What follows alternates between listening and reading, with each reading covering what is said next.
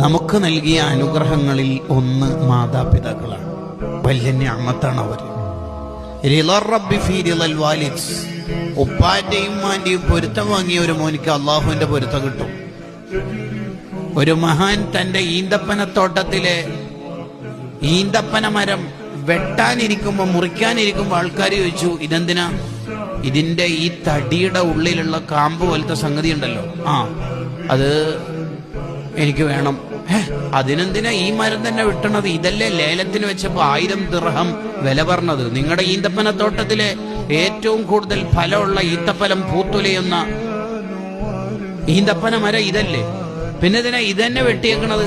നിങ്ങൾക്ക് യഥേഷ്ടം അങ്ങാടിയിൽ മാർക്കറ്റിൽ ടൗണിൽ പോയാൽ 2 ദിർഹമിന് അത് ഉദ്ദേശിക്കുന്ന കാമ്പോ അത് കിട്ടുമല്ലോ.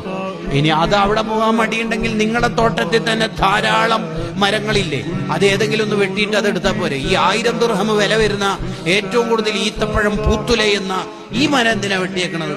അതെന്തിനാ വെട്ടാൻ ഒരുങ്ങണത്? അതിന് ഈ മഹാന്റെ മറുപടി എന്താ പറയാ?